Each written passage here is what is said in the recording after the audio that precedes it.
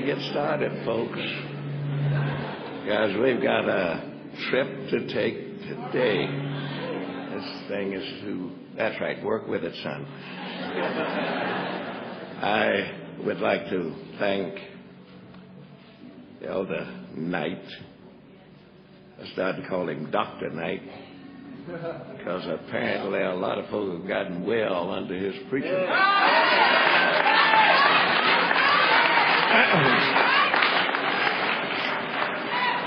I'd like to thank him for every courtesy he extended me. He's treated me like I'm somebody. He's put me up in the hotel there where you need to punch another something to get up there. And if I didn't know better, I'd feel important. But he knows that my philosophy is, I have seen God for so long do so much with so little. I now believe he can do anything with nothing, meaning me. I didn't want you to miss that last one, because if there is any power in my life, and I know there is, it's because I know where the power source.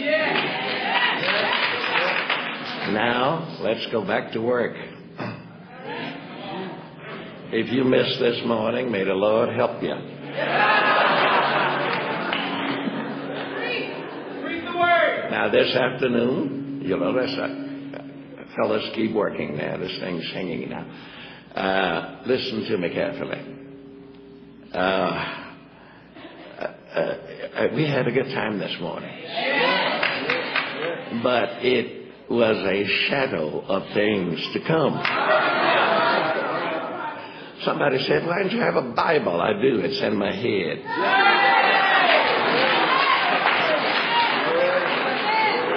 Now I'm talking black history. If you're not interested, you can steal away to Jesus.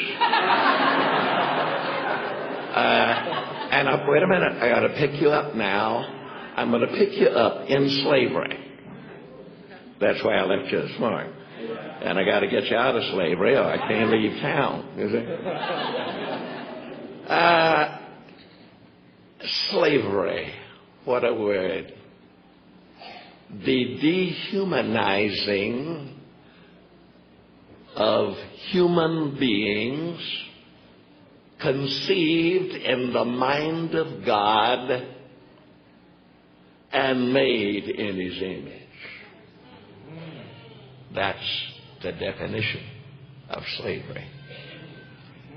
The dehumanization, the attempt to erase a divine idea in a person. It is a crime against nature. But it happened to our ancestors. So my subject today is out, up, and into. It'll be easy to remember. Out, up, and into. Let's start with out. How in the world did we ever get out of slavery? I think you ought to know. Some people don't even know how we got where we are. And I came here to tell you, so that you'll know how to act.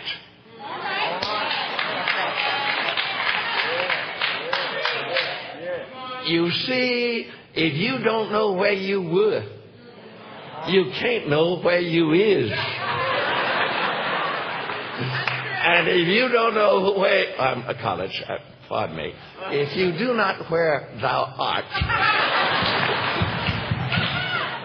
you'll not act, man. And there are a lot of people that are totally disoriented because they don't know where they came from, where they are, or where they're going. So let's go to work. How'd you ever get out of slavery? By the way, you weren't supposed to. Mrs. White called Americans, please fellas, keep working with this thing. You had me this morning. Ms. White calls American slavery an experience of the darkest dye. Wait a minute. History records that of all slavery in the history of man, the known history of man, American slavery was the cruelest.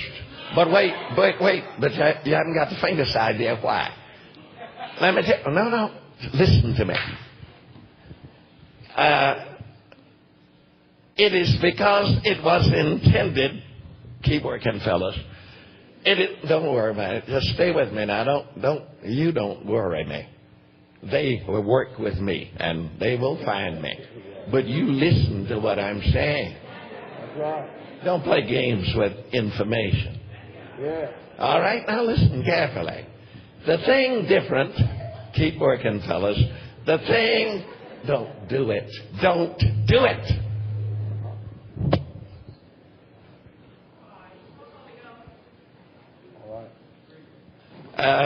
Hi, come in, boys. Keep working. Now, the thing that separates American slavery from all other enslavements of human beings in the history of the world is this. Islam will free a person if he converts to Islam. In other words, he could get out. The Hebrew slaves could work, keep working, sons, could work, she's dead, could work 7 years, please, keep working. Ready? 7 years. Somebody's got to help me. Thank you, sir. Now, this must be the man working with me this morning. Hey, don't you back off, son. You got. Now, did you hear what I told you? Did you hear what I told you? Islamic slavery could be escaped by simply converting to Islam. Hebrew slavery, every 7 years, they had to let you go unless you voluntarily went back in. You've read your Bible, I fear. American slavery was intended to be perpetual. I'm fixing to quote a law from Virginia. They passed a law in Virginia that said this, and it's a damning statement. If the people who wrote that thing had known we would ever get it, I'm talking about black people, would ever get it, it could make an atheist out of 1 million Negroes. Guess what it says? Now that we have removed all sources of learning from him, talking about that slave that they drug out of Africa and brought over here. Watch this. Now that we have removed all sources of learning from him, we must now render him incapable of learning. That's a slammed door. But wait a minute.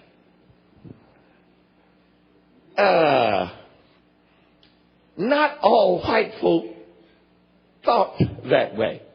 No, don't mess with me. You can't amen me till I get through with you. Now listen. There has never been in America a monolithic white man. That means we all think the same thing. No, man. And we are lucky that they fight each other. Because the Civil War if you're going to hate white folks, don't plan to go to heaven. Going to be some of them there. Furthermore, you don't have any reason to, because 840,000 white boys died to break the back of slavery. The Pamunkey, the Rappahannock, the James, the Mississippi, the Tennessee ran red with the blood of white boys strapping to break the back of slavery. When it looked like too many of them were dying, white boys, Abraham Lincoln said, finally, we will put some guns in the hands of any Negro that can shoot. Now you know we can shoot.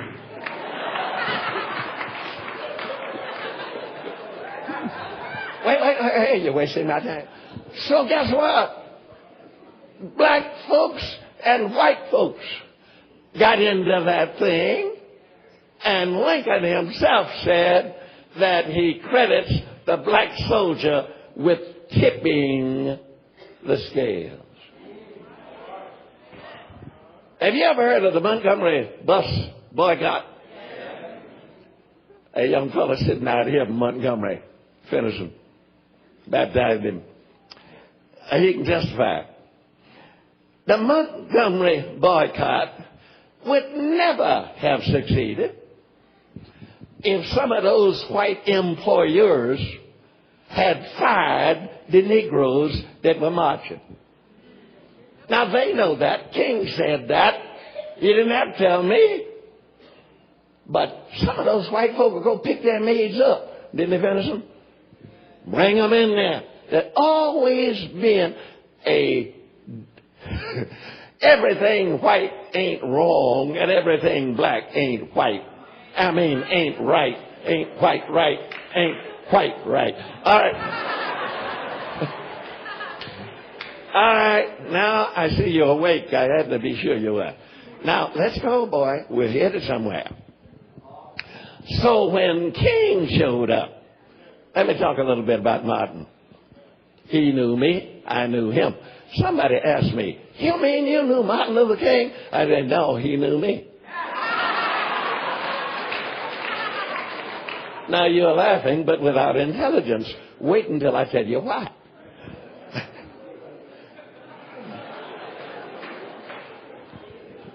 You're not going to like me when I'm through, because I'm trying to teach you. King and I met outside of my tent. When he came to Montgomery, I came to Montgomery. He and Abernathy went on a vacation, and I was out there at the corner of Smythe and High, across from the Tijuana nightclub, pitching my tent. The tent that caught him. Wave your hand at him. Yeah, man. I caught a big fish when I got him. But now, hold on. Abernathy and King went on vacation while I was pitching my tent. I opened up, and everything imaginable was jammed into my tent, standing around my tent, night after night. Their trustees sent them a telegram. You better get back off of that vacation. There's a sheep stealer in this town, and all your members are down there.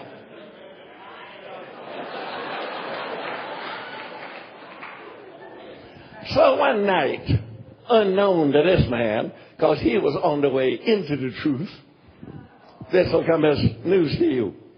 One night, King and Abernathy came and stood out there to hear me preach. When it was over, Elder Richard Brown and Charles Dudley they were on the corner, believe it or not, engaging the soon-to-be famous doctor in debate. Now, being a man of peace, when I saw an altercation, I hustled to join the circle.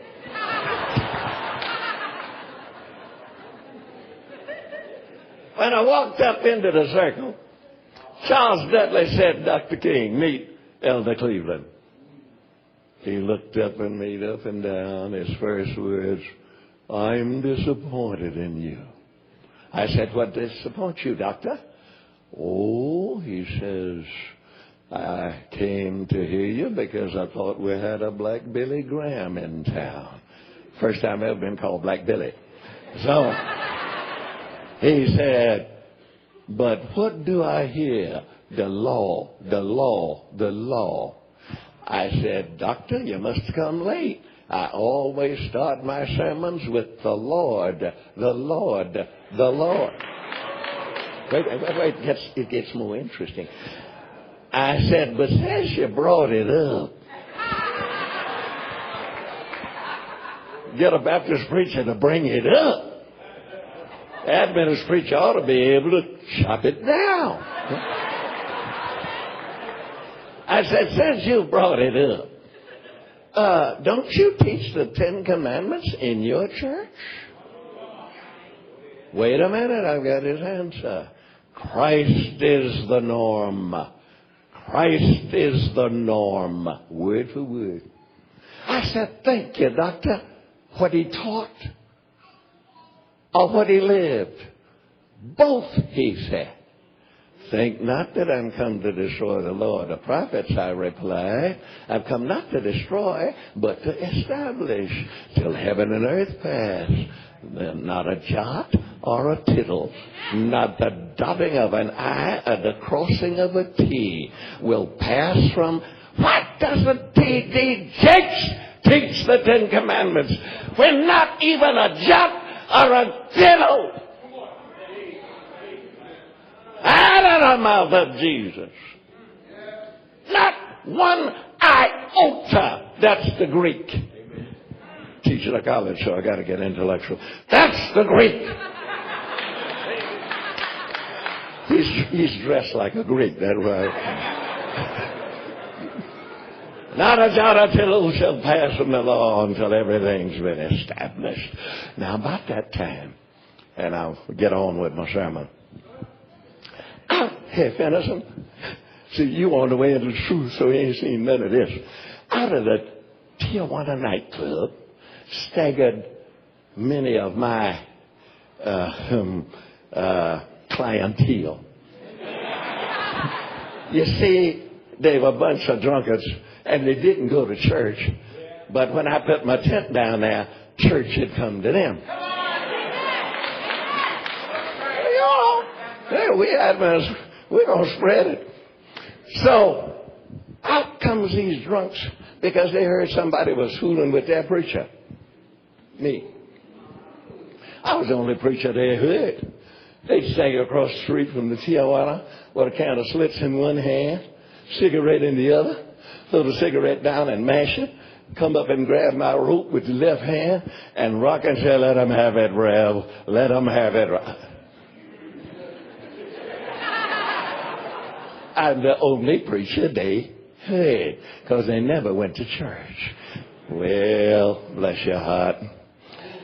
One of them stepped between me and Dr. King and put his finger under that soon-to-be famous nose. And these were his words. "Dr. King, I'm surprised at you talking against the law of God." I slipped out. Dudley slipped out. Brown slipped out. And the last I saw of the doctor before he became famous, that old drunk was still preaching my stuff to him.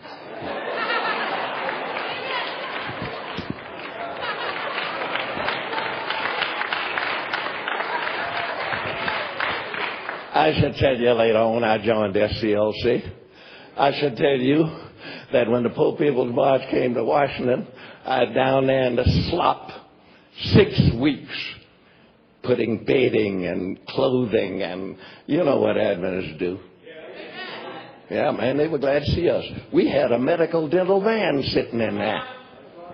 It was manned by 3 Adventist medical personnel. Babies were delivered on that march north, and Adventists were delivering them babies.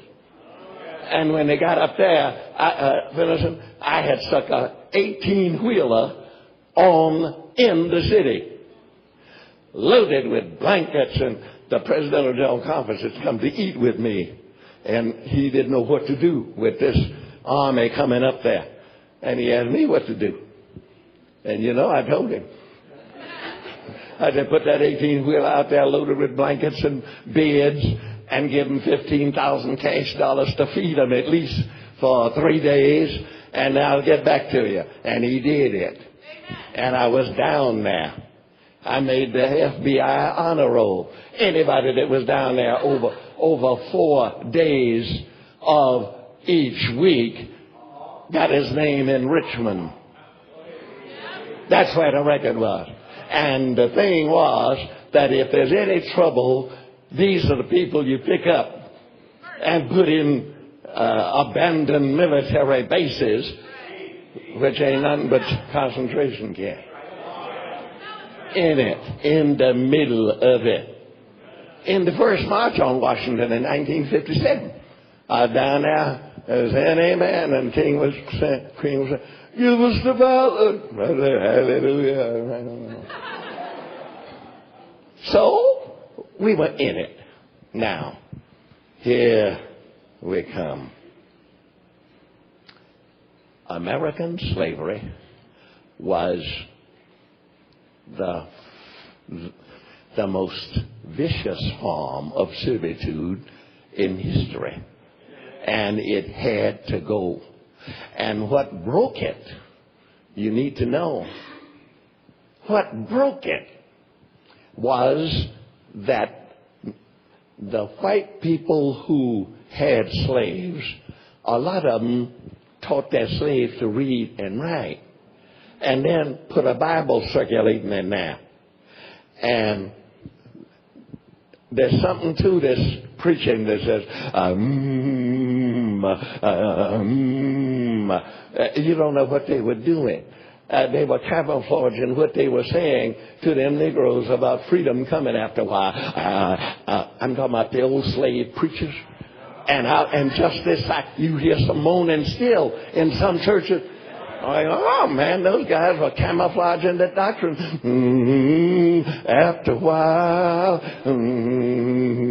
after a while, yeah, after a while. I didn't know I could sing. Now, wait a minute. I'm talking about up now. I'm coming to out in a minute, and then over, up. How'd you get out of there? It was an iron grip. Answer. You got out of there. Number one, you survived it. Number one, sing it. Negroes invented a whole volume of music. And if you listen to the words, it had, yeah, you got me down there, but after a while, coming on out of this hole. Yeah, you got me down here, but after a while. Negroes lived with after a while. I don't know another race that could live on that. After a while, and the preachers would do it. And they said, after a while, yes, after a while. We were an after a while, folks. That means after a while. But that ain't what we say. After a while. They said, yes. Now I guess I'm going to translate that for you. H-O-P-E, hope. But wait a minute. Where'd you get it? You got it out of that Hebrew Bible that white folk taught you to read, and then put it where you could get it. And you stumbled up on weeping endures for a night. But the Negro is a butt philosopher. But joy cometh in the morning, soon and very soon. That's your stuff. In the grip, listen to this Negro, in the grip of inky black midnight darkness. You were saying, you were inching along, Jesus is coming by and by. And see that? Here comes that hope again. By and by. Y'all invented that. And you lived on it when there was no hope. My God, if you knew who you were, nobody could ever get you to touch crack cocaine.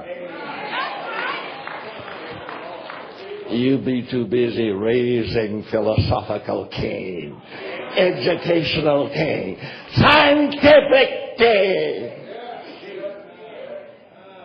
You done let somebody trick you, young man. Marijuana ain't gonna do nothing but land you in the bottom of the ash can. Yeah. You listening? You didn't get that from your forefathers. That's what I came to tell you. Your forefathers, in the language of Scripture, were prisoners of hope. My Lord, what a morning in the midnight blackness of hopelessness. Your folk, your blood can spell a two-letter word. Up. Up. It's in your blood. And that's why you just kept plugging when the sky was black. And you sang songs that reflected what you read in that Hebrew Bible. You read that there was a man named Moses. Hey, wonder what he did. Well, he went down to Egypt. Egypt must be like Mississippi. Now, am I telling them right, son? I'm talking about how we got up. We got up by thinking up. As a man thinketh in his heart. Wait a minute. Maybe not now is he, but soon shall be. Therefore. That's how you got out. By not rolling over and playing dead. And, you know, history is mystified about how you could hope when the sky was inky black.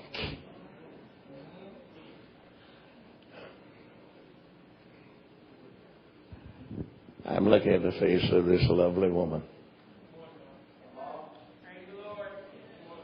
Do you know why she's not at home right now?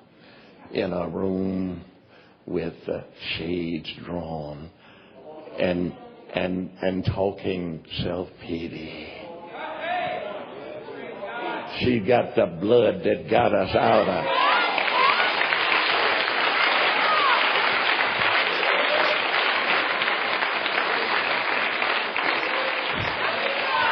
The woman knows who she is. Some of you cats don't know yourself. You haven't studied your history. You aren't supposed to be bebopping and bop beeping. Because you ain't got no bebop time. Okay. So how we got out. Number one, I told you, we sang our way out. Soon I will be done with the trouble. Message at home. Number two, we did more than sing. We worked our way out. From the rise of the sun to the going down thereof. Really, whenever I meet a lazy black man, I tell him, no, you must be some other race. No, you just masquerading as black. No, man. We worked our way out, and I got news for you. If we stay out, we're going to have to work our way up and then work our way over. You can't do what the Hebrews did when the let's do it right. When Nebuchadnezzar with his army swept south to Kokemish, defeated the Egyptians, then swung back northeast, sacked Jerusalem, picked up Daniel, Shadrach, Meshach. Oh, God, teach them, Cleveland, teach them, teach them.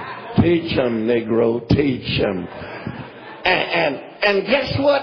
Most of them Hebrews did. Well, they told you. We hanged our harps up under willows in the midst thereof, saying, how can we sing the Lord's song in a strange land? The Negro beat them. He showed them how to sing it in a strange land. They brought him out of Ghana. They brought him out of Sierra Leone.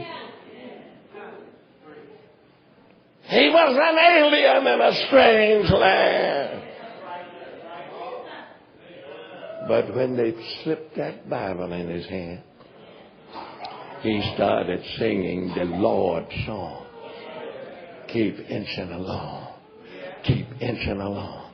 Master Jesus is coming by and by. Keep inching along like an old inch would.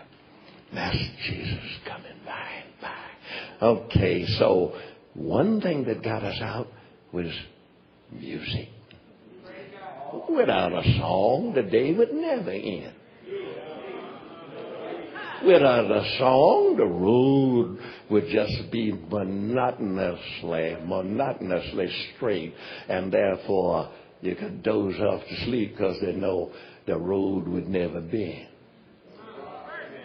When things go wrong, man ain't got no friend without a song. And our music reflected our intention not to be slaves forever.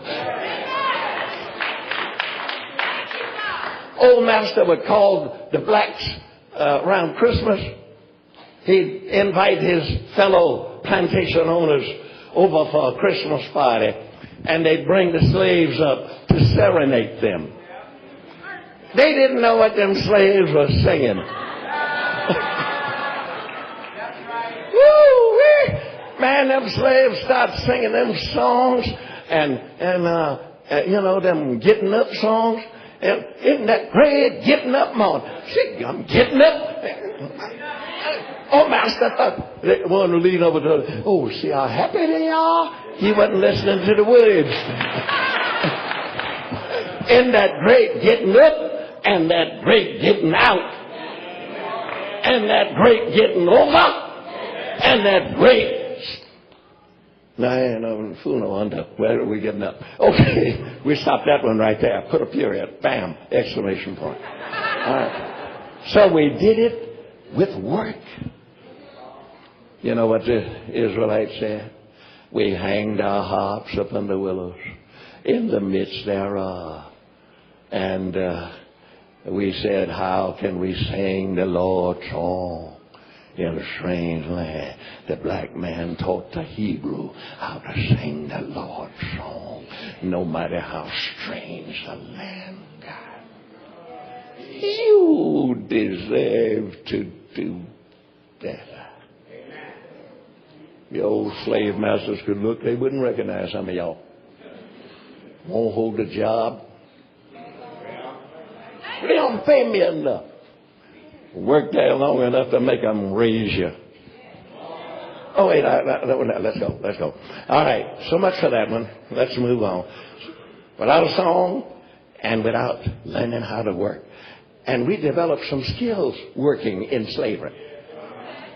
You've read that, haven't you? How Negroes became artisans. And they developed skills that would later, they'd make money on them. So, get a song, learn a skill that you can excel at.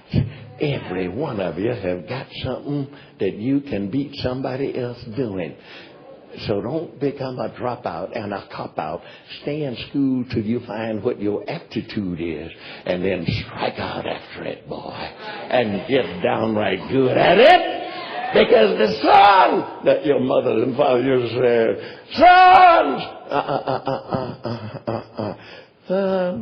Storms about, what's that song?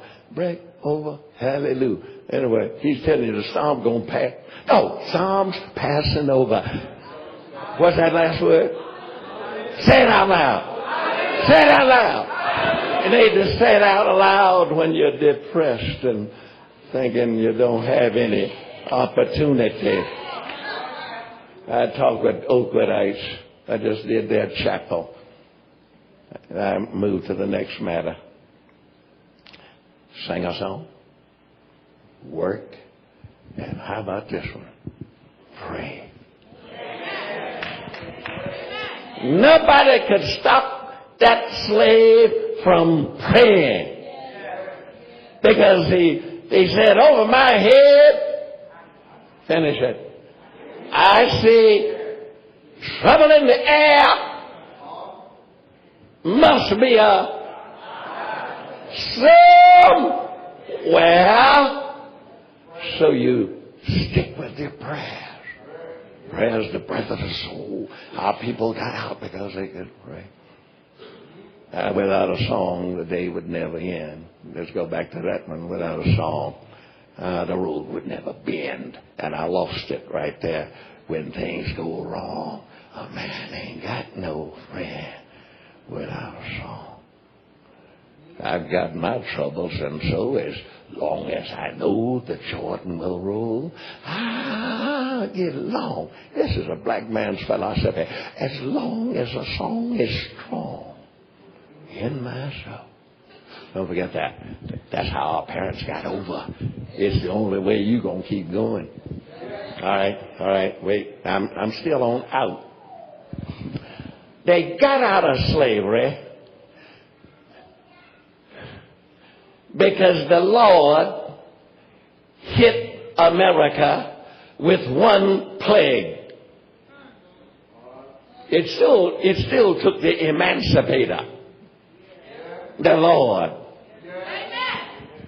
He got Israel out by raining 10 plagues on Pharaoh. It didn't take but one to free the slave. The Civil War. Lincoln didn't think they could ever close it down. It was a plague. Sister White says that the Civil War, that the Northerners were being punished for permitting slavery, and the South was being punished for practicing slavery. Think about that. So Jehovah emancipated us, just like he emancipated the Israelites. And we got out. Let me tell you a story. If you listen to the hotheads, we're still not out. I'd like to tell you a story. My wife and I got on Delta Flight 1505, Atlanta to Huntsville. Way back yonder, when one Negro would be on the plane. Way back there. And no pilots.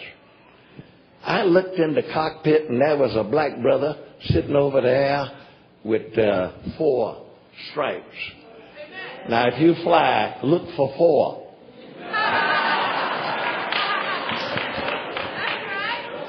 And I sat down beside my baby. I said, hot dog.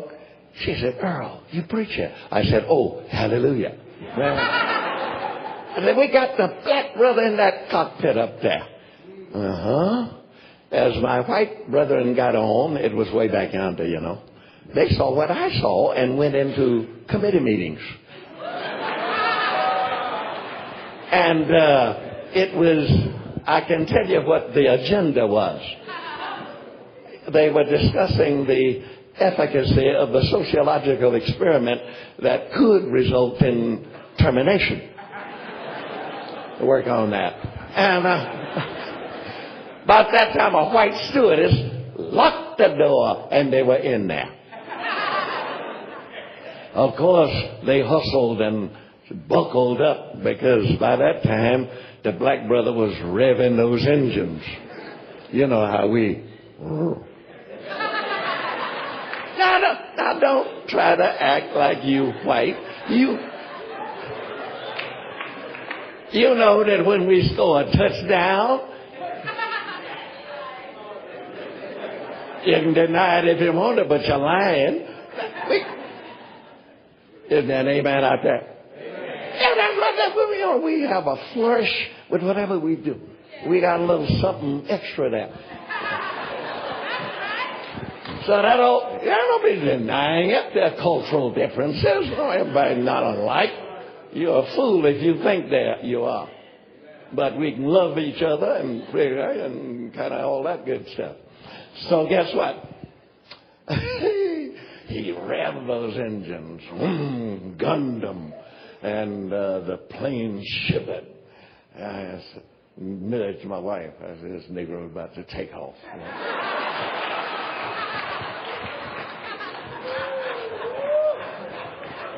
Hey, can I take 20 more minutes? All right, thank you. And guess what, folks? We were off into the wild blue yonder. 29 minutes later, we landed a feather tip landing.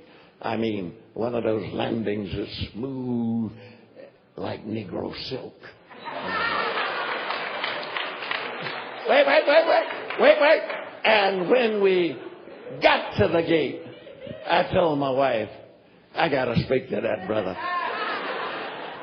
So I waited till everybody got off, and then I said, you know what I did? I went up and shook his hand, and I looked at his nameplate. I said, Captain Earl Evans? He said, yes, and your name? I said, I'm Captain Earl Cleveland. Well, you're laughing too early. Wait till you hear the punchline. He said, are you an airlines pilot? I said, no, I'm a preacher. I fly them higher than you do.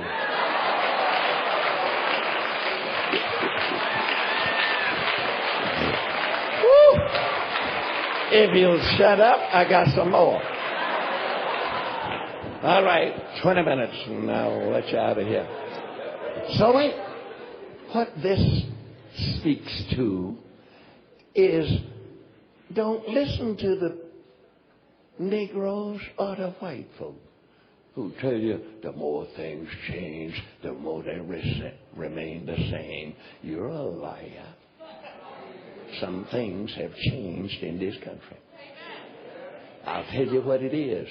You see, we bounced out of slavery. That's out. Up to segregation. Now, segregation was not slavery. Slavery said you can't get in. Segregation said you can get in, but kind of halfway.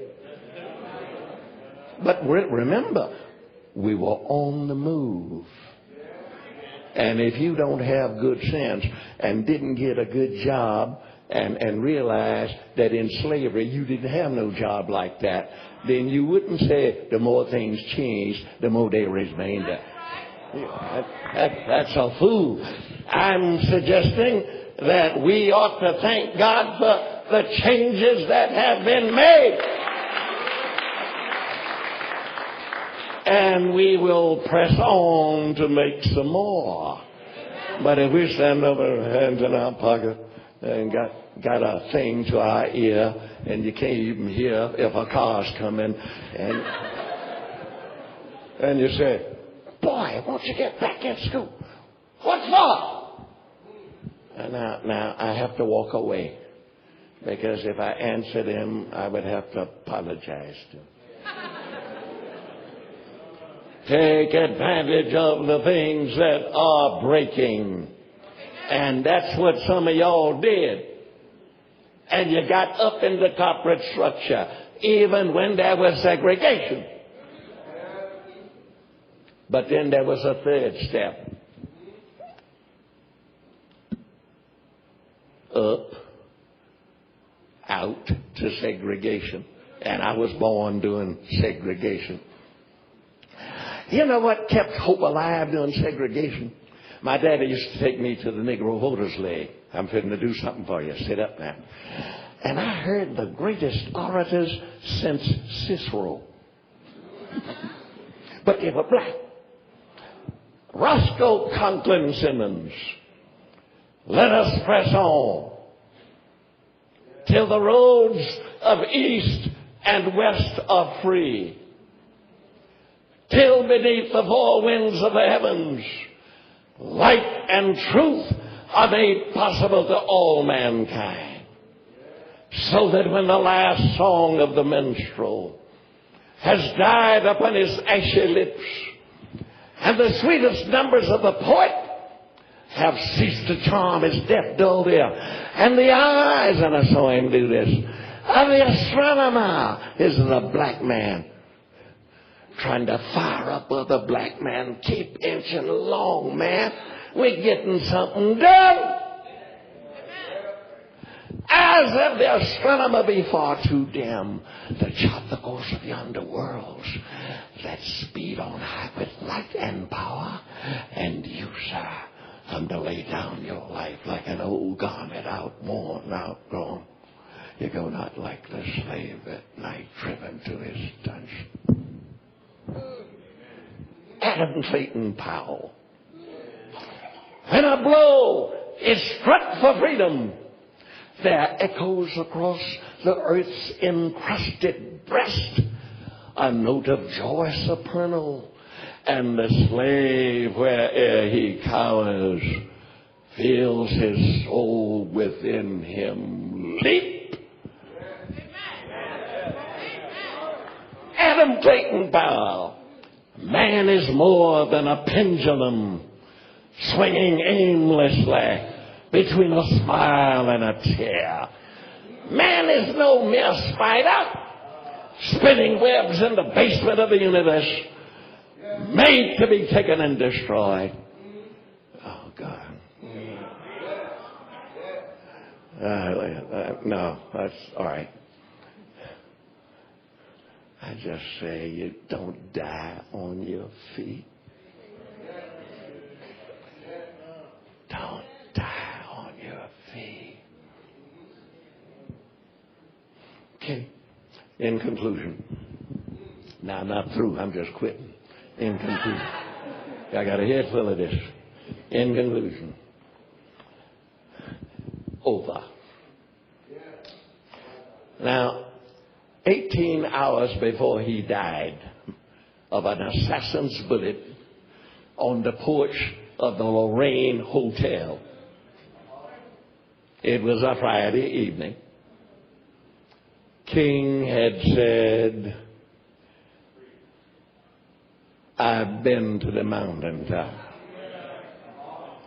and I've seen the promised land.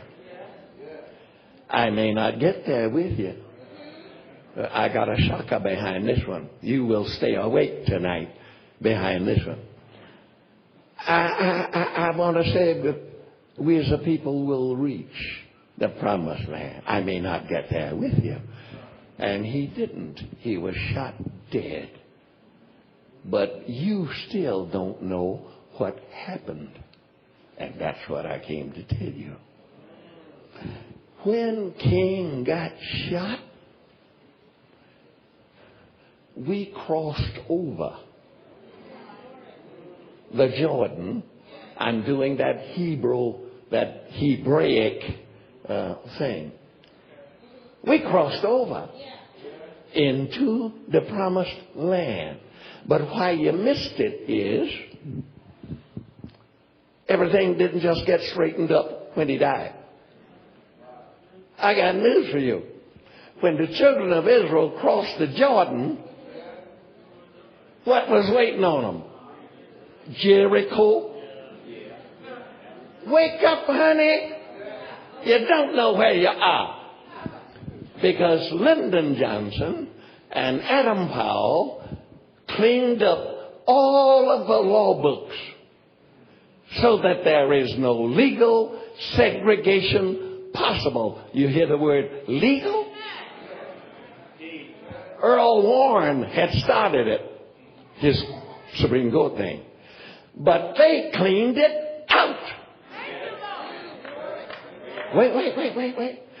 Now, where we went wrong was thinking that when we got to the promised land, I'm going to lay down on my sword and shield down by the riverside. That's because you didn't read the Bible. What was waiting on the children of Israel? Why, Joshua sent some spies over there. 12 of them. 10 of them come back, and he was talking about the promised land. You listen? That was King's analogy. He's talking about the promised land. They said everything, it's flowing with milk and honey. Good land. But there are armed giants over there in the promised land waiting on us. Oh, my God, I'm working on your brain and I know it. If you've got good sense, something has just happened in your head. Getting to the promised land doesn't mean everything's going to be all right. You got to meet the Amalekites, the Jebusites. You're a dead house.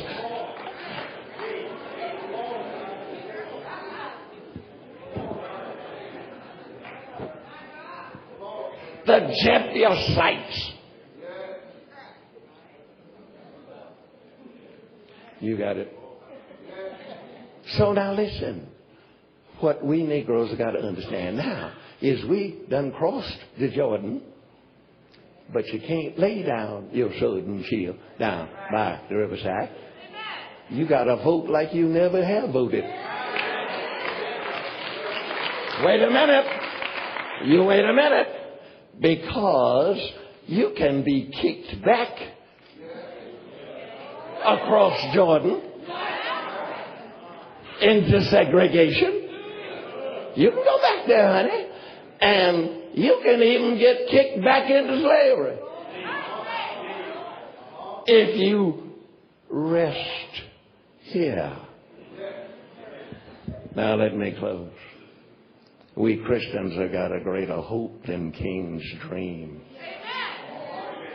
Let me do it for you quickly. Daniel saw, when he was checking out Nebuchadnezzar's dream, Babylon, a head of gold, Medo-Persia, breasts and arms of silver. Watch this one. It's quick. Belly and thighs of brass, Greece, the legs of iron. He was looking at the future of human civilization. Are you with me now? Don't you lose this. He was looking at the future of the world. Legs of iron, Rome. Feet of iron mixed with clay. The fragmentation of the Roman Empire into the individualistic nations that have ruled since the fall of Rome. Oh, but he looked. This is the closing here. He saw something else. I saw a stone. That's why you're an Adventist boy. You know. I saw a stone cut out of the mountain without hands. It smote the image of human civilization in the feet. Ground it to powder, and the wind blew it away like the chaff from a summer's threshing floor. That's biblical language. And that stone grew until it became a great mountain. That was the stone that the builders rejected. He's now coming and he's going to take over at the head of the corner. Are you ready for the rolling of the stone? Are you ready for Jesus to come? For my hope is built on nothing less. Amen.